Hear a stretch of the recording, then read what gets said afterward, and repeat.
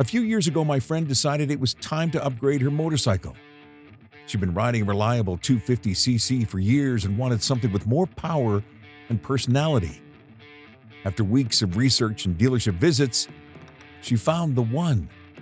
A sleek, black 750cc beauty with just enough growl in the engine to make her heart race. But before she handed over her hard-earned cash, she insisted on a test ride. Halfway through, she realized the handlebars were slightly too wide for her comfort. Instead of settling, she negotiated with a dealer to swap them out for a narrower set. It wasn't just about the look. She wanted the bike to feel like it was an extension of herself.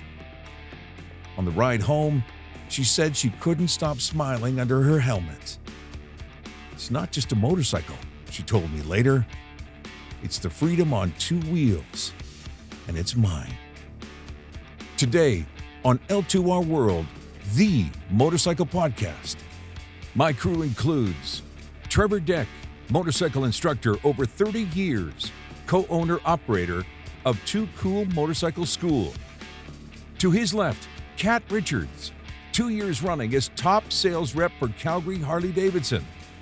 And Lanchi Deck, marketing manager and co-owner of Too Cool Motorcycle School. On this podcast, buying a new motorcycle.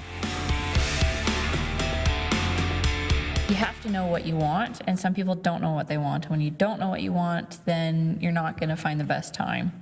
Keep going down that path. What do you mean? So if I'm looking for a cruiser, for example, yeah, what's the best? Why do you say there's a better time? Well, if you don't know what you want specifically, you could be buying for the sake of a deal. That's not the bike you're going to love and want forever. It might be, but it might not be. So again, because we had such a huge pre-owned inventory, you don't want to just come up and be like, okay, I want a bike for the season and I like the color of that one. Again, maybe a great deal, maybe the best, but you know what? It might not be the bike for you. So I always advise people to kind of educate on what they want, especially newer riders. Throw a leg over as much as you can. You might not be able to ride them, but start getting a feel for what you want, what kind of riding you want to do. And honestly, building a relationship with a good advisor, because that person, if they're good at their job, will look out for the bike for you. They'll keep you in mind when things come in, be like, hey, this came in. Is it something that works for you? When it comes to new bikes and getting a good deal, there's no set time. Some dealerships will put out promotions in the off season because obviously their volume that they're selling isn't as great. So there might be some promotions, financing, interest rates, maybe that's of interest, maybe some parts and service deals on the side. But then you're not getting the newest of new. So if you want new, then you kind of have to wait a little bit in the year. Maybe you have to order it. Maybe in August, it's super busy, but maybe they just need one or two more bikes to kind of hit that certain target. Then those people might be getting some pretty good deals. Right. But there's really no rhyme or reason. I find building the relationship with the right person is going to set you up for success. That's smart. Don't be afraid to walk into a dealership, and don't be afraid to say, look, you know what? Hi, your name is Kat. Kat, it's nice to meet you. How long you been? Don't be afraid to ask more about the person who's about to sell you a bike. Yeah. How long have you been doing this? What are some of the questions you would ask me before I buy a bike? And know that you've got that right person on your side to get you the bike that you're looking for. 100%. I like what Kat said. She said, a salesperson or an advisor. And the advisors, what you have to kind of screen, like screening a new rider. There is a difference. Yeah, there's some they can sell ice to an Esco. I was not that person. If you don't need ice, I'm not going to sell it to you. If you're going to give me the money, yeah, we'll make a deal. But I had a hard time selling things that didn't belong to the right people. Someone has a conscience. Occasionally. Let's be real here. That's not with every shop, though. No, and my first sales experience was at Harley. You're looking at easily $20,000 to $30,000 on average. That's a big investment. More than a car. Yeah. So some people, it was their very first bike. So it was like, whoa, Nelly, you want to make sure that you're vetting these people, and if there's a better option for them, maybe it exists. And, yes, some people buy a bike and outgrow it within a year, but I'd rather see that done safely than a bike too big and then they get in an accident. As far as Deals, it's like I said, I think building a relationship, because that person's always going to keep you in the loop when things are happening, but knowing what you want and being realistic with yourself, vetting yourself, Yeah. is really key. Trying to get a deal in the summer, it's probably not going to happen. Not necessarily. Okay. Yeah, no, Okay. I would never rule that out. Okay. Relationship with one dealer or multiple dealers? Again, it's what you want. If you're looking for a pre-owned bike, you could be at a variety of different places. You can even look in the private market. Will someone like yourself give me advice on what I should be looking for? Oh, yeah. Especially if I'm a new rider? 100%. I actually often, when people were looking at private sales, I would help them be like, get the VIN when you check it out. I'll see in our system if it's a lemon, has any warranty issues, et cetera. Like any tool that I can give, so they're at least buying something that they can feel secure and confident on. Tires are a big one. Really simple, really expensive thing. If they're out of date, out of spec, like that's a lot of money, especially when you're only looking to pay as a newer rider, like $5,000 to $6,000. Let's say Harley, for example, like tires are easily can creep up to $800. Cheap or more. shoes, cheap feet. Yeah. That's how I look at it. So there's a lot of little things like that that you want to look for. Some people love selling rebuilt bikes and not telling people. Big red flag. So, Lanchi, you have an inventory over at Too Cool Motorcycle School. Do you have how do you decide what you're going to buy? Because it's for your for your students. You got to be cautious about that. So are you always going to a dealer, or are you finding a deal offline? Depends on the bike, because like, for example, our Ninja 250s, they're not. 2011, 2012, yeah. So those ones we have to get pre-owned, but we do look at them, like we'll go and check them out and make sure that they are in good condition. So if we see that it's been smashed up and whatnot, then, or makes weird sounds, or somebody tells me, oh, it's never been dropped, but then it clearly, scrape on the side, and their answer is like, oh, well, I said I never dropped it, then to me, I'm walking away from it. You can put right? lipstick on a pig, but it's still a pig. Yeah.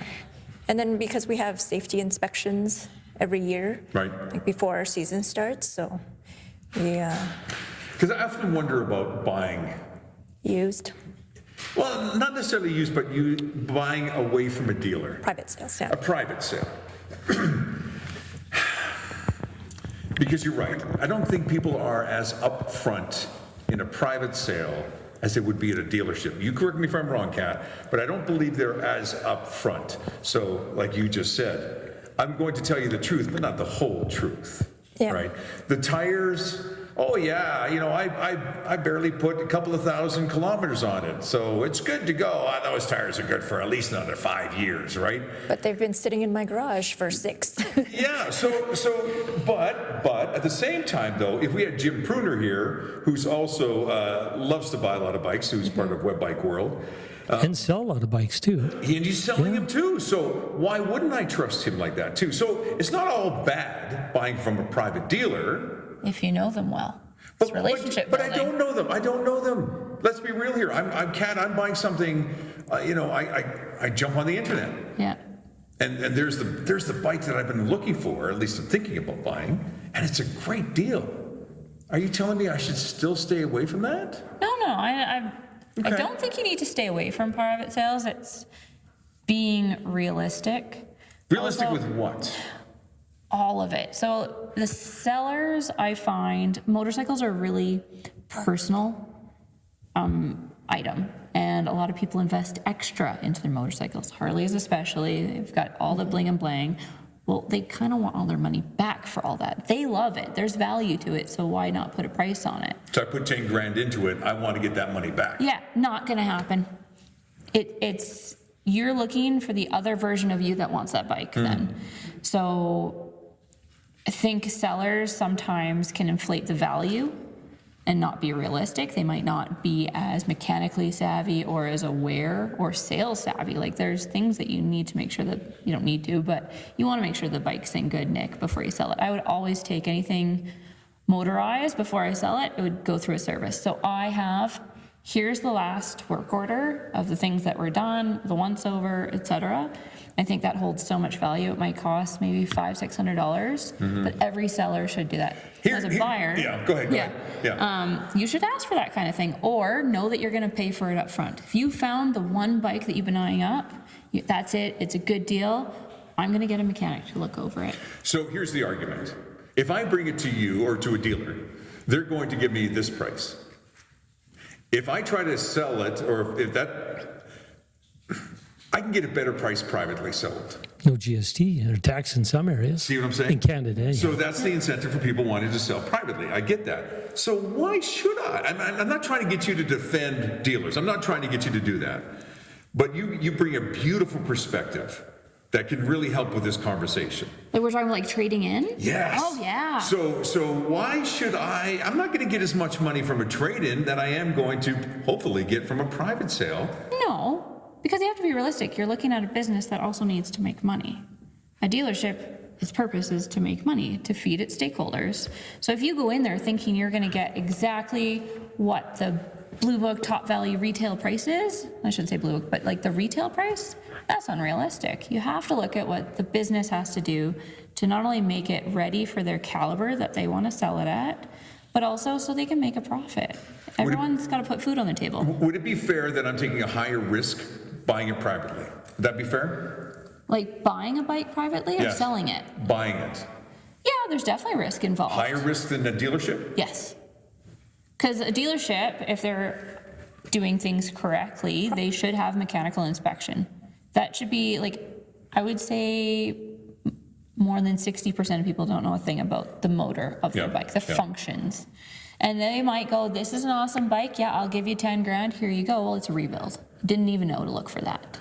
You know, there's a lot of, 5 main things that you might want to look for that you can kind of teach someone. But as far as like if it's functioning well and doing what it's supposed to, it needs mechanical inspection. I would never buy anything unless it was under a certain kilometers and a certain year range. Well, even if you buy it privately, it behooves you to take it to a dealership to get it looked at. Because you don't know what you're getting, right? Yep. Because it could be something that, Make sure you have that amount of an inspection in your budget if you're going to search privately. what's the one thing that if I'm going to buy a bike, and let's just say it's a used bike, what's the one thing, I want to answer from each one of you. What's the one thing that you would ask yourself before you get into buying a bike? Lanshu, the one thing that you would ask yourself before you buy a certain type of bike? Personally? Sure, give me a personal question. Oh, what is the one thing? That's The hard. size, maybe the fit of the bike, would that be fair? I think the main thing is like what type of bike what type of riding that I'm going to get into, so that I style, know what my starting point Like is. this one behind you. Oh yeah, totally that one. Yeah. It's like Okay. what's the comfortable fit for me? Okay. You. What about you? What's that one question, Trevor? Well, that's the major thing. That's why we run the school the way we do What's the with other all the question? different. Well, the other question is, price is a big thing. Okay. I'm going to be honest with you. It's like, can I afford something like this? Am I stressed about buying because of the cost? So be realistic with your pricing. Realistic? Well, define realistic. Well, you got a budget. Yeah. As much as I would love to take out a Goldwing. Well, here's where Right? where I can only financing afford- comes but in. if I only can afford $5,000, At one time it's in an life, older Goldwing, or I'm not even going to touch that 2025 model. that's a good thing, because I remember telling myself at one point in my life, I will never not have a monthly payment to Honda. I always told myself, because when I went in for my first bike that I bought myself rather than my dad buying all the stuff after cashing in numerous RSPs for me, I remember going in there and I wanted to buy a Kawasaki Ninja ZX6R, and they said, well, you have to have full coverage insurance, and I'm like, well, I can't afford that. So I went to Honda because it was just PLPD. Yeah. And then someone said, did you want to get gear? I'm like, well, no, no, you can finance it. What do you mean? You can finance a helmet? Yep. You can finance gear? Kat's How- laughing because I'm she's like, been down that road. Well, I financed a hoodie. a tow. With my bike, I kid It's you like not. $2 a month. Buying a new motorcycle. It's not just a bike, it's freedom on 2 wheels. Thanks to Lanchy Deck, Kat Richards, and Trevor Deck. My name is Phoenix. On the next episode of L2R World, the motorcycle podcast. I made 2 mistakes in a car that I would have been probably injured or killed if I was on a motorcycle at that time. There's more at www.l2rworld.com. Thanks for listening.